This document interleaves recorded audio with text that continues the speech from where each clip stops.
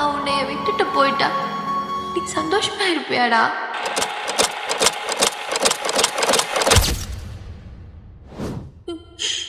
விட்டுறாடா, நீலோத்தி விட்டுட்டு போயிடாடா.